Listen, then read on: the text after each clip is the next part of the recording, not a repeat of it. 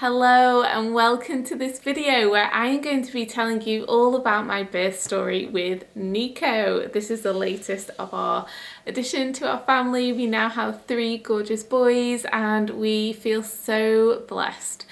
So yeah, let's dive right in, and I'll start with when I first started to feel, like things were starting to happen. His due date was the 20th of Feb, but we know that the baby comes when the baby is ready, and that is their perfect time to enter this world. However, we can't escape that we are given due dates and this impacts us so much, especially when we become overdue in the system and all of that kind of thing. Anyway, yeah, 20th of Feb was my due date, and just over a week before that I started getting back cramps. It was on a Thursday night, so yeah, and I actually thought that things were starting to progress and they were coming quite regularly, these back cramps. And then I started having, like they must have been Braxton hits at the time but all around the front, and I was like, I think it's happening today. And that was like about 10 days prior to when I actually gave birth. That all calmed down, and then a week passed and I was still getting a lot of back cramps for a whole week, and I was just like, I don't know when it's going to happen. And that's one of the things with labour, with birthing your baby, you don't know when it's actually going to happen. And so this was all on my mind, and every little thought, different feeling, sensation I was going through, I was like, oh, is it happening today? And you can't help but feel like that when you are coming to the 40-week mark and you know that it's imminent, it's going to happen at any time. So I was really trying to trust in the most perfect time, and that my body knew what it was doing, the baby knew when he wanted to come, and all of it was taken care of for me. I did do a lot of meditation on the week of me giving birth because I felt like I really needed to ground my thoughts and all of that kind of thing. So I did a lot of the meditations that are on my prenatal membership actually, and they really helped me to just stay in my body, stay grounded, trusting, let go of any fear, and just come to this place of trusting my body, trusting my baby, and just allowing the process to happen as it should do. Anyway, okay, so Saturday came, so that's the 20th of Feb, and that was my due date. And the back cramps were a little bit more intense that day. I'm trying to think, we did go for a walk, so I hadn't really been out that much because of lockdown and all of that kind of thing, and the weather being so bad. But we did actually get out with the older 2 boys and went for a nice walk around, and we got outside in nature. So that's one thing, I was active. I did have SPD as well towards the, in my last trimester actually, which I didn't talk about a lot, but that did prevent me from doing a lot of the different activities that I enjoy doing. So some of the yoga postures, like yogic squats, I had to keep away from because it really hurt. But luckily in the yoga flows that I've done, I always give alternatives for this, and I mention it, and I'm glad I did because I was literally talking to myself at that point. So yeah, on the Saturday we went out for a walk. Saturday night came and I thought, what I've been thinking on the lead up to giving birth was, I don't know if tonight's going to be the night, so I need to make sure that my body is rested and that I get enough sleep. So I was quite on with going to bed early. Well, early for me is like 9:30, 10. So I was in bed for this time. I probably fell asleep about 10, and then that night I woke up around 12:30, midnight, with the pre-labour contractions. But the thing is with these, and this is what's happened with my other labours as well, is that they've always started in the night and they prevented me from sleeping. So I kept trying to just keep my body rested, keep my eyes closed, not get too active, and just kept trusting that, okay, if my body's resting, even though I am awake, at least I'm giving my body the best it can in this situation, even though I can't fully be asleep.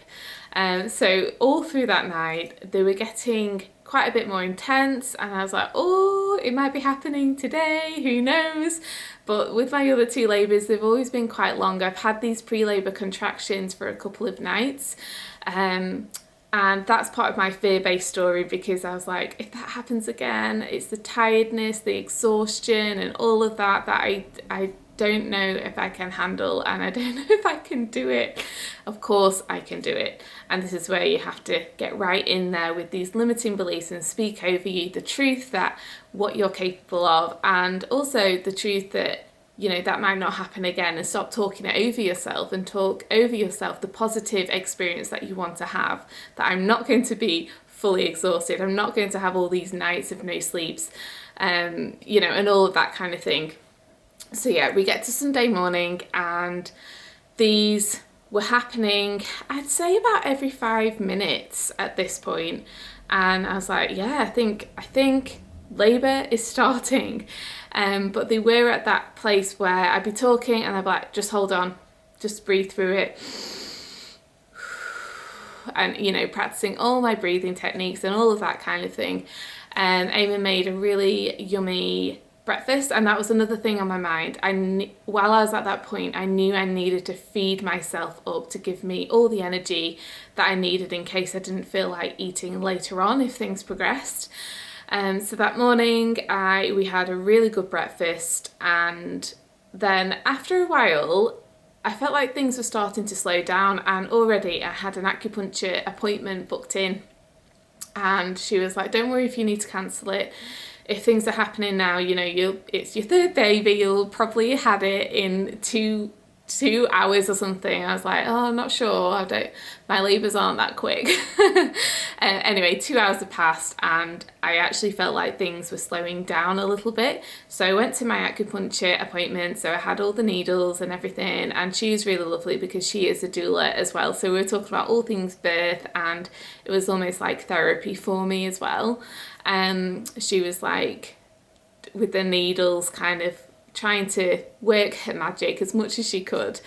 So that was great. I had an hour there, and then on the way back home I was like, right, okay, it feels like things are they've stopped, and I don't want things to start back up again at midnight again. So it's the 2nd night of no sleep, and you know, things are just slow to progress. So I used a few little tools to try and help spur things on, because I did feel like things were happening, and maybe I just needed to help things along a little bit. So I got my express kit out, and at about 2:30, or it must have been about, yeah, probably a bit early, about 1:30, I started expressing milk on both sides, while trying to get the colostrum to get going and flowing and stuff.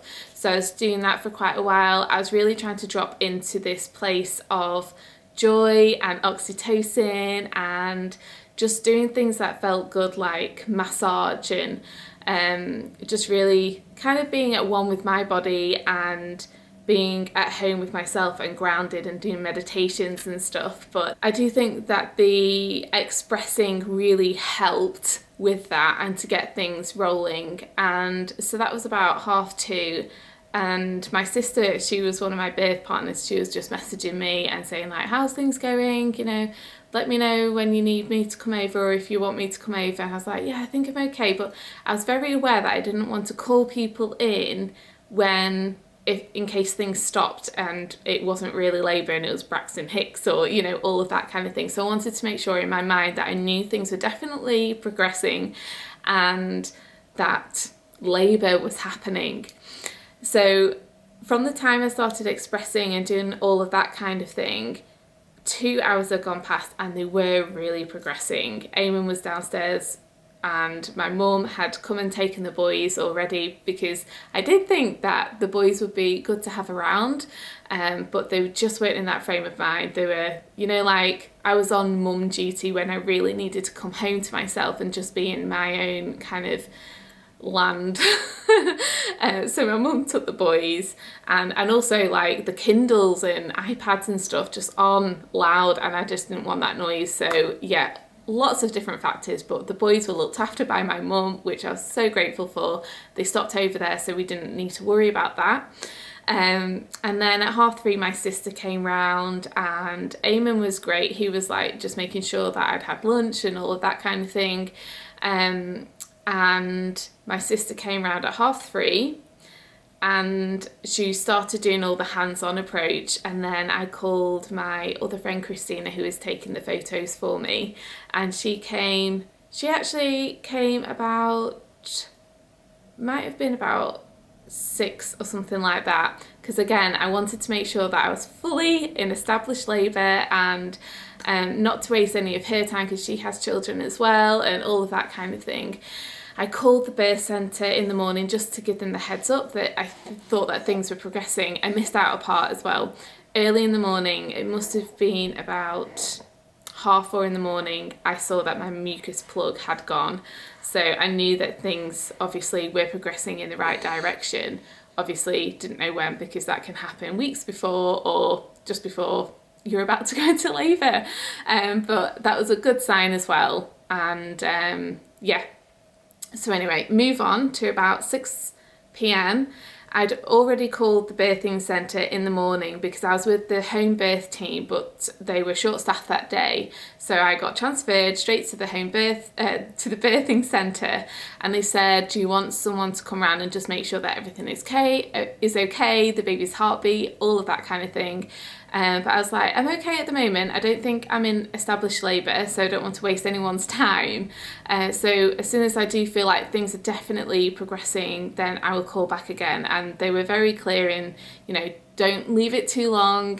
Even if you just need us to come and make sure that everything's okay, your blood pressure and all of that kind of thing is good, then just give us a call and we'll be over.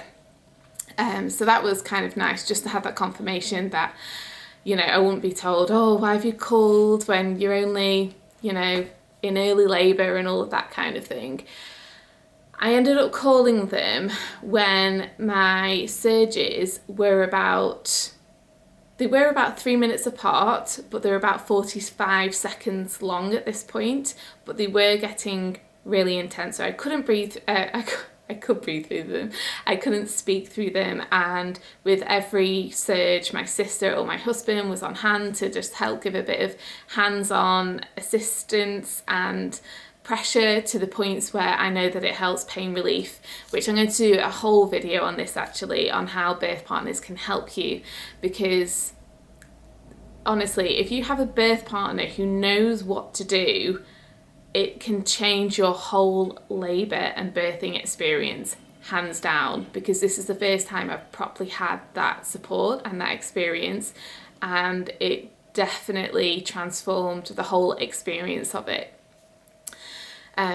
So with every surge, my sister or my husband was hands-on, and I had the birthing ball out, I had all the fairy lights on, candles going, essential oils, I had clary sage going. Obviously everything that I'm talking about in this video, these are things that I chose to do, and I can't recommend to you that you do them. You have to ask your midwife professionals, your healthcare professionals, and make sure that everything that you do is safe for you. I'm just explaining what I did and what I decided to do. But yeah, we had clary sage going in my essential oil kind of diffuser. We also use essential oils to do massage on me, which was really lovely. So that just helped keep me nice and calm and bringing me back to that oxytocin, that love hormone, where it makes you feel really just safe and loved, and just raising those levels. So my sister was doing all this light touch massage, hands massage, feet massage, and I was like, this is brilliant. 6 o'clock, someone from the birthing centre came to the house, and she was there for about 45 minutes, just kind of watching me and making sure that I was okay. I opted out of any vaginal examinations, so they couldn't really tell me how far along I was. And I decided to do that because last time when I was pregnant with Remy, I just felt like the vaginal examinations, when they say, oh, you're only such and such centimetres, 4 centimetres, 3 centimetres, 7 centimetres, that they say things attached to that which might not necessarily be true. So for example, when I was pregnant with Remy, they said I was 7 centimeters dilated and that I was probably going to be a good while, a good amount of hours yet, and then it came 45 minutes later. So I just didn't want any attachments. So yeah, I opted out of vaginal examinations. But she did say to me, she said that I looked like I was still in early labour, and you know, it would probably keep going through the night, and you know, just to keep doing what I was doing there. I was handling everything really well, and I was doing really well and all that, but it did get me down a bit. I had a little cry because I just felt a little bit deflated, like saying that, you know, it will probably go on through the night and it'll be tomorrow, and just different words like that. I was like, I didn't need to hear that. And I think I had to keep speaking over to myself, it's going to happen today, it's going to happen today. I was just exhausted because I'd been up since 12:30 the night before, and I was just like, I don't know if I can go through a whole night of how intense these surges are right now. I definitely felt like I was in active labour, but who knows, because I said no to the vaginal examinations. But she left about 7, and we started getting the water in the birthing pool at that point, because she said, you know, definitely start using that. I had tried to put myself off not using it just yet, because I know that it's the biggest form of natural pain relief, and I only wanted to use it when I absolutely needed it. So anyway, I'm glad that I had the encouragement of just getting in it, but I didn't actually get it in it right then. So I was having this cry, and I was like, and my sister was like, what's up, what's going on in your head? I was just like, I'm exhausted, I'm so tired, and I don't know if I can go through another whole night of doing this. I'm exhausted, I just want to go to sleep, I'm so tired. And this is how I felt, and I was crying, and this is the picture of when I was going through that moment here. Anyway, my sister encouraged me, why don't you have a lie down? I was like, but then things might slow down and I don't want to prolong things anymore.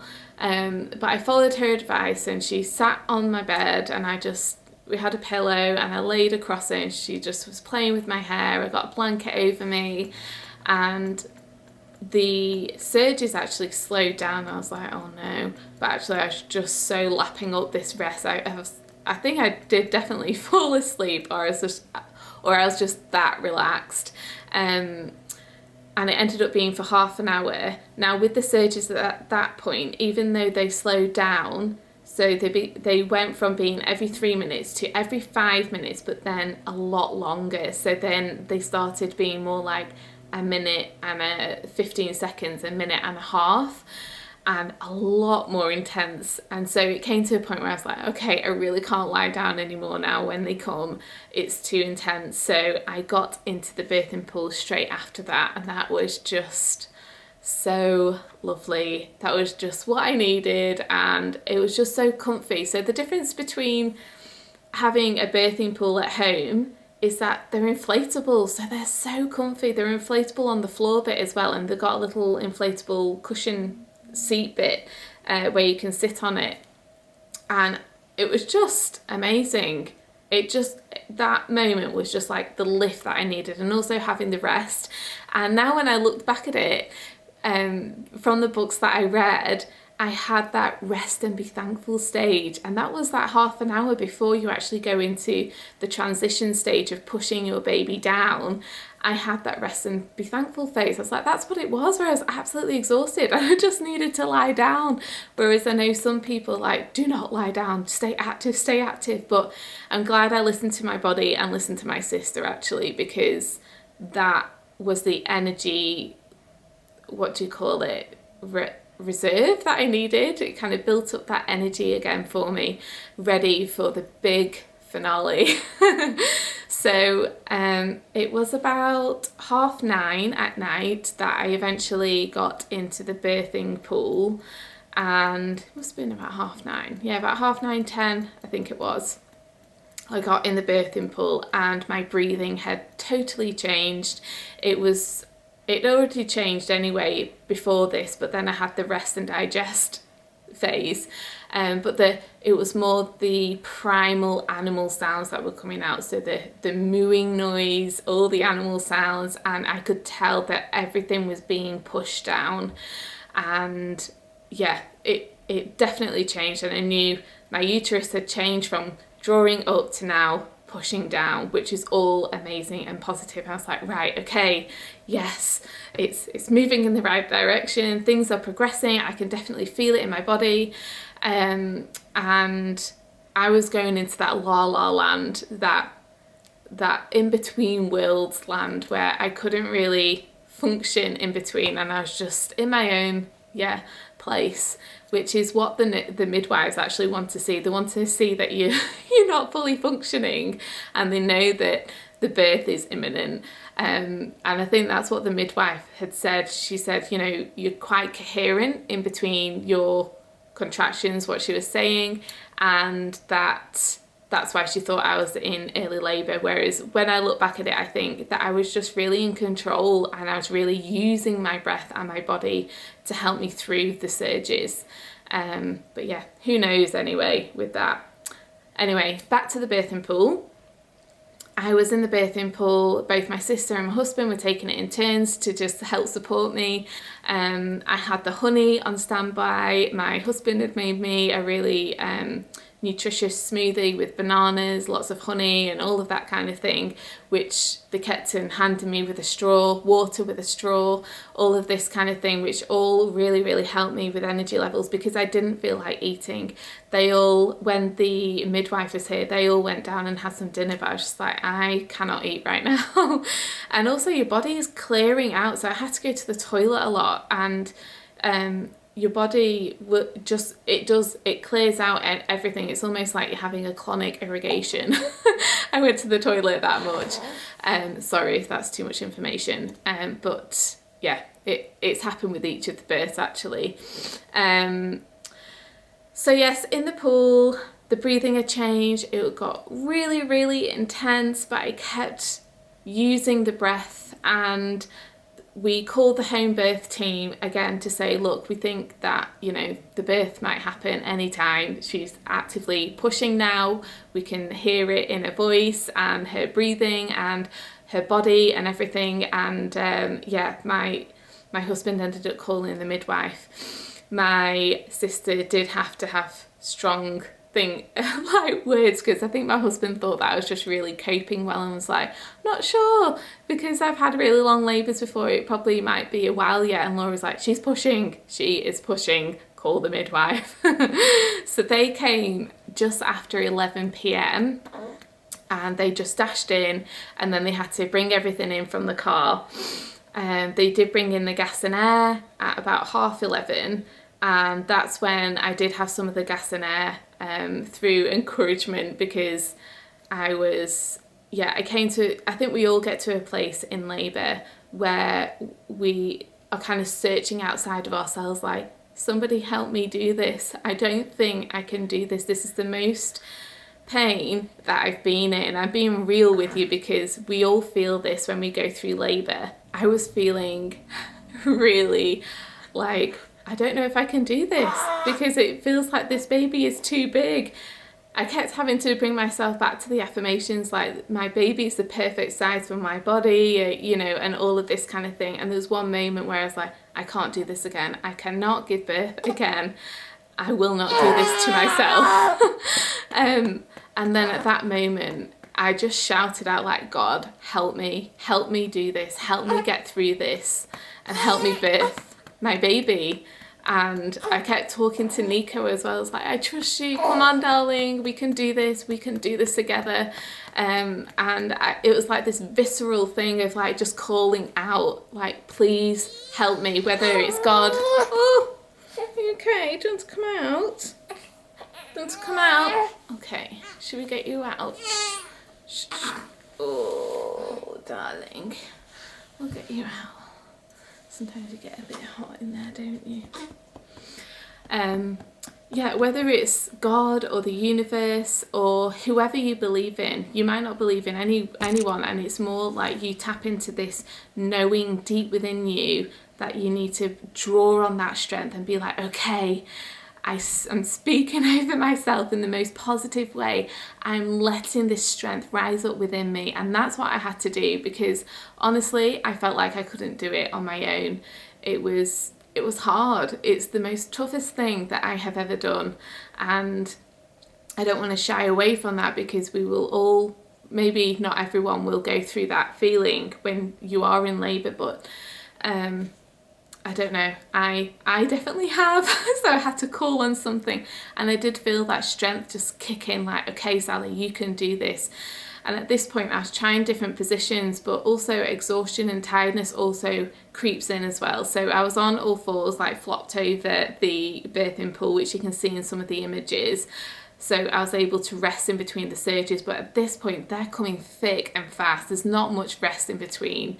And I was on with, all fours, kind of hands over on my knees, but that got really tiring, and I was just like, I need to just lie back for a moment. So I switched over and just had my head back, so I was just able to rest like that and have a moment where I just felt held.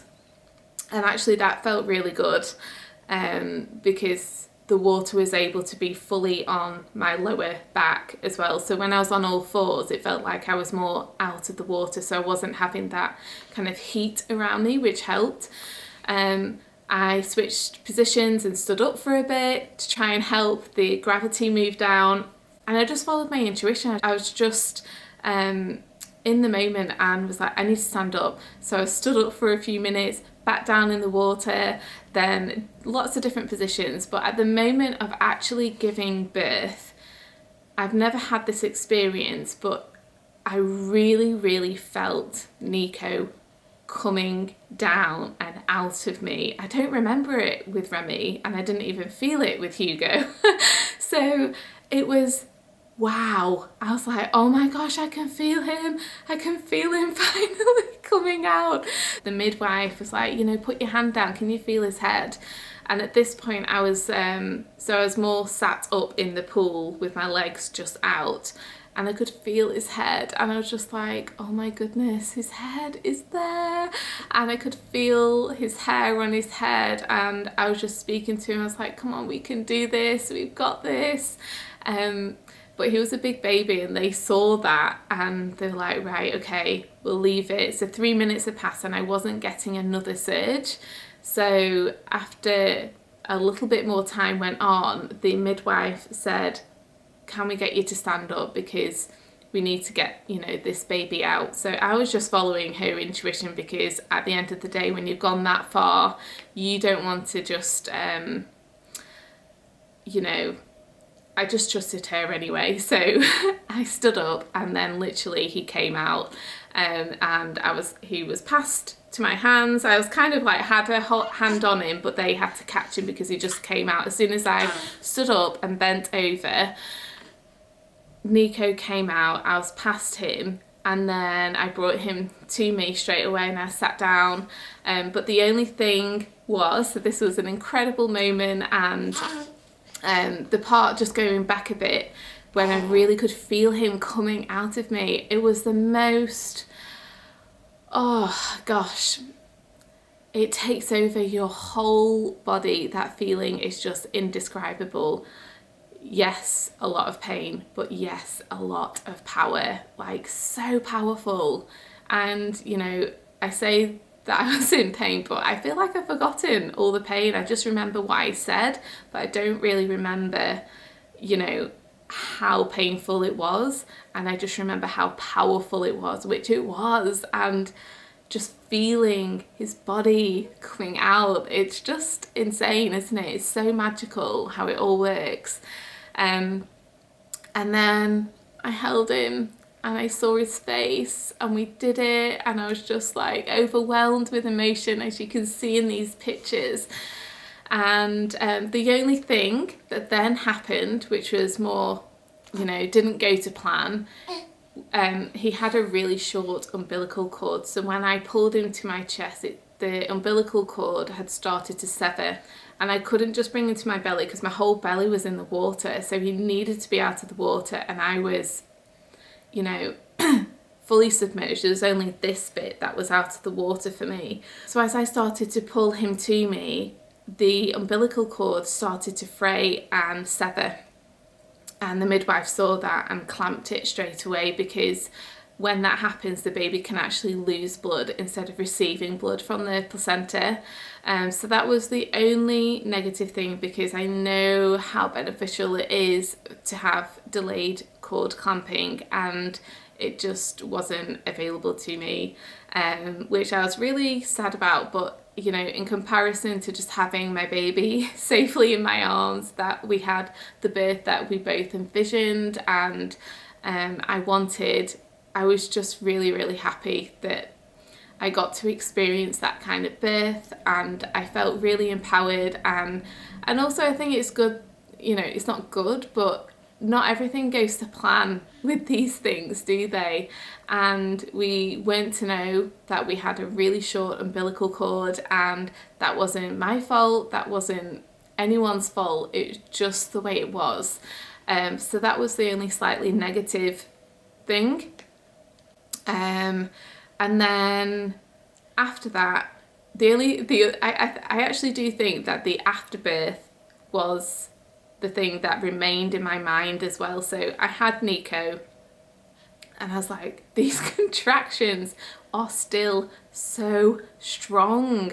And when you're trying to just have this bonding time and skin to skin time with your baby, and you're overwhelmed with love, but then you're still experiencing these pains, I was just like, oh my goodness. And so that's actually when I needed the gas and air, because I was in loads of pain more after the birth, and that wasn't because of any cuts or anything, it was because of the placenta contractions before the placenta comes out.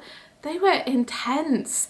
Again, I hadn't experienced that before, because with Hugo that was a whole different story, where I had an epidural and everything, and then with Remy I had the injection, so the placenta came out more or less straight away. But with this one, we decided that we're going to do just a natural placenta birth or ejection, whatever you call it.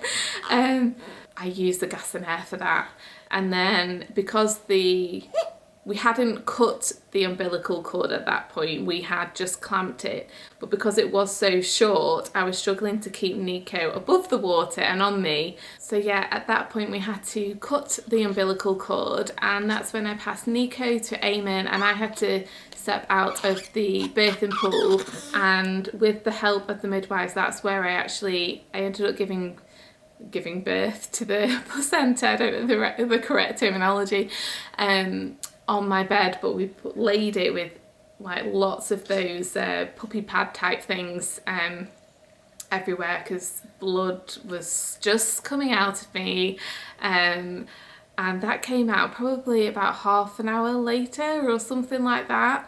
But yeah, the gas and air definitely helped more after, if I'm being honest, because I had it for about 10 minutes before I actually gave birth, and it was mainly used after, and as well for stitches. So stitches part, I had a 1 degree tear, so with that it can heal on its own, or you can have little stitches to help the healing process be quicker. So I opted for that.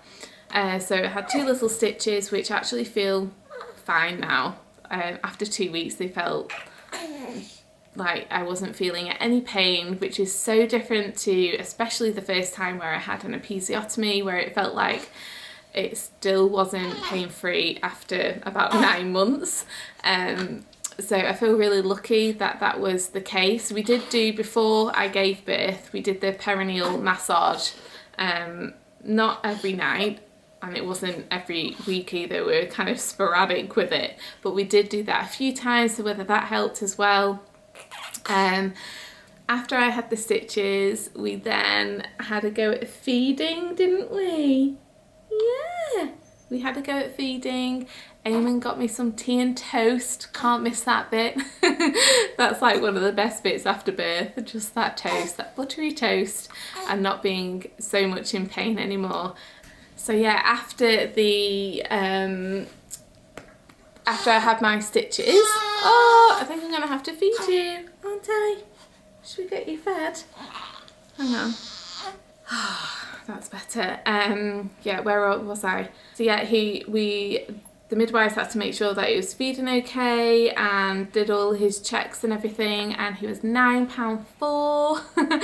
So another big baby. My first was £10, then Remy was 9.6, and then Nico has been the smallest at £9.4. Okay, so I'm just going to answer some of the questions that I've been asked on the Q&A on my Instagram that I haven't already answered already from what I filmed. So the first one, did you have the birth you wanted? Yes, I did. I think the only thing that I didn't have was the delayed cord clamping. It was a lot more intense than I remembered, but I think that is birth, and we're given these amazing hormones that help us forget after. And whether also, you know, because I have big babies and I don't know, labour is in general hard, isn't it? But we're made to do it. This is the thing. Labour isn't supposed to be just a skip in the park. And it's amazing how powerful us women are. But yeah, I had the birth that I wanted, and I feel really, really blessed and excited to share this story and to give any other mothers out there who are embarking on this journey just hope that you can have the same. I had to do a lot of fear release work, healing fear, healing past trauma, especially from my first birth with Hugo, which I just wasn't educated at all, and I wasn't educated at all with Remy's birth either. So I felt like in a totally different frame of mind for this one, and it works. It really, really works when you are able to be educated and informed, and you can be a part of every decision, every choice, and to make it the birth that you want, no matter which direction it goes on. So yeah, basically that's the answer to that one. How long was your labour? So the very early pre-labour contractions started at 12:30 midnight, but then it really, I would say, actively started really ramping up where I wanted a bit of support, was 3:30 in the afternoon, and then I gave birth at 11:55 p.m.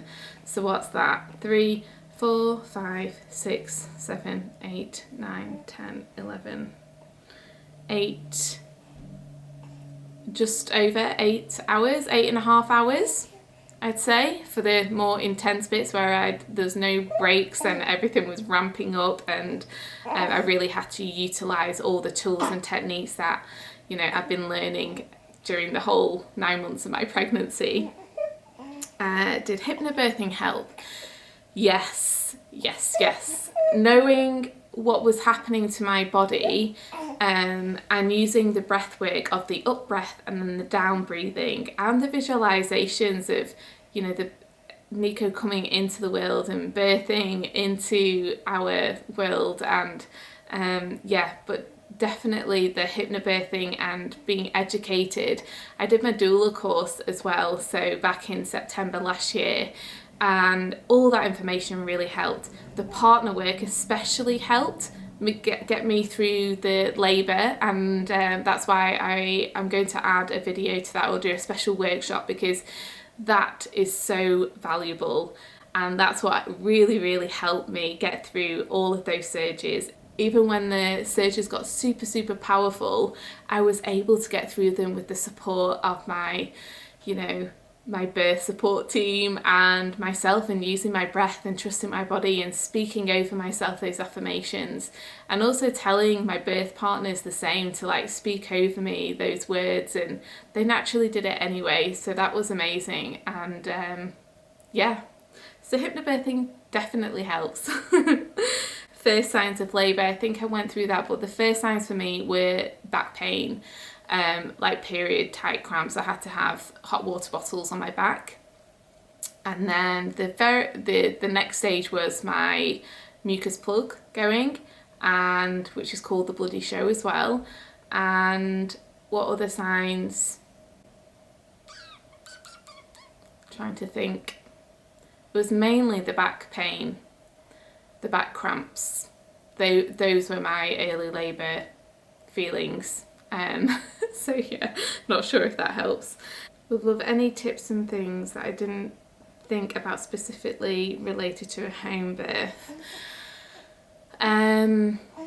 Having the birthing ball was amazing this time. I didn't use that for the other two really. I did a little bit but not as much as I have this time, so that really helped. And I think just trying to stay in the active labour positions. Also, I did a lot of the inversions to help make sure that Nico was in the best optimal birthing position, and I did that like most days on the run up of that whole week of giving birth, which again I can do a video on that because that really helped. There's other YouTube videos where they show all these different positions, but yeah, I did those, and I did it whilst I was in labour as well, just to make sure that he hasn't shifted and he's in the best position. Was there anything I wish I prepared for that I didn't? No, I don't think so. I think maybe I should have probably said to my birth partners more, just feed me spoonfuls of honey more. But that's like just a tiny little thing. I had my hospital bags ready and everything in case it went that way, but it didn't. And I think the only thing is just make sure that you have puppy pads as well for after the birth, lots of those in case you need to get out of the birthing pool, and just put them everywhere so you don't get anything stained. And it helps with the clearing up process as well, because they can just be chucked in the bin as well, can't they? Or old towels and things like that. We had lots of them. How did I stay in the zone? I think I covered that. And the other questions I've all covered in the video as well. So yeah, I just had to dig deeper. When I got to that point where I felt like I couldn't do it, that's when I called out for God to help me, the universe, whoever you believe in, your higher self, your true self, who knows that you can do it. I had to just really trust and dig deeper within myself, even though I got to a point where my mind was like, you can't do this, Sally, this is too hard, too difficult. I had to find something within me and let that voice rise up where she said, yes, you can. You can do this. You were born to do this. You are doing it. And I was just like, right, okay. Oh, I'm going to do this. And it's hard. It's really hard. And no one can paint the picture of childbirth saying that it's easy and it's like fully pleasurable. Maybe some people do have fully pleasurable births, but it is hard. And it's for some women who go through a few nights of no sleep, it's exhausting, but you can do it. You can do it. And that's the biggest thing that I want you to know, is that, you have everything within you to do it. Your body is made and grows amazing in the most perfect way to birth your baby. So trust your body. Dig deeper within yourself when you get to that place where you do feel like you can't do it anymore. Dig deeper. Dig deeper until you find that place where she says you can do it. But yeah, if you have any other questions, please do leave a message below and I'll try and answer them. I'll try and do other videos surrounding different questions that I've asked about my husband's opinion and his experience of going through a home birth. And yeah, I think that's everything.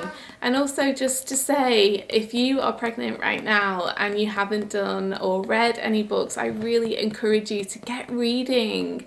There's, even the Millie Hill, How to Have a Positive Birth, I think that's what it's called. That's an amazing book to read. The Positive Birth Company do courses for like £40, all about hypnobirthing. They're amazing. And my prenatal membership, where I talk about all the breath, all the breathing exercises, all the tools, the meditations, the perfect birth positions, and the birth positions to do to help get your baby in the optimal positions. Lots of different yoga flows, shake your soul, dance videos, all of that kind of thing to really help you have an empowered birth. And if you do have any fear, also in my prenatal membership, I've got an EFT session, which is about an hour long, but it really helps tap away the fear. I was actually quite fearful, and then I did the EFT session for the prenatal membership and it just shifted it, and I felt it lift from me and tap into that stuck emotion of that fear and feel it returning back to its natural state of love, trust, and knowing that my body is fully capable of doing this. So that's really, really powerful. If you are wanting to shift any fear surrounding childbirth or pregnancy, then do that video, because it will, I'm pretty sure it'll help you in a really beneficial way. I'll put all the details below. So yes, feel free to ask me anything and I will try and get them answered on another video or just in the comments. Thank you so much for watching, and I will see you again very soon. Lots of love to you all. Mwah.